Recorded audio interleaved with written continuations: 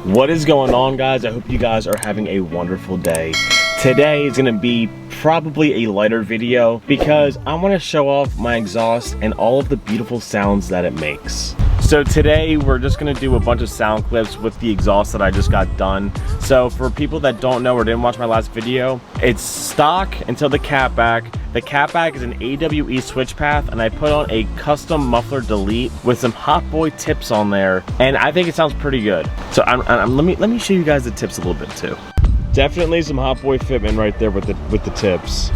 So we're gonna do some cold starts, some warm starts, some rev skis, some flybys, and hopefully the camera does it justice of how it sounds. It is a bit windy today, but I think with the manual camera settings it should be fine. So without further ado, let's get into the sound.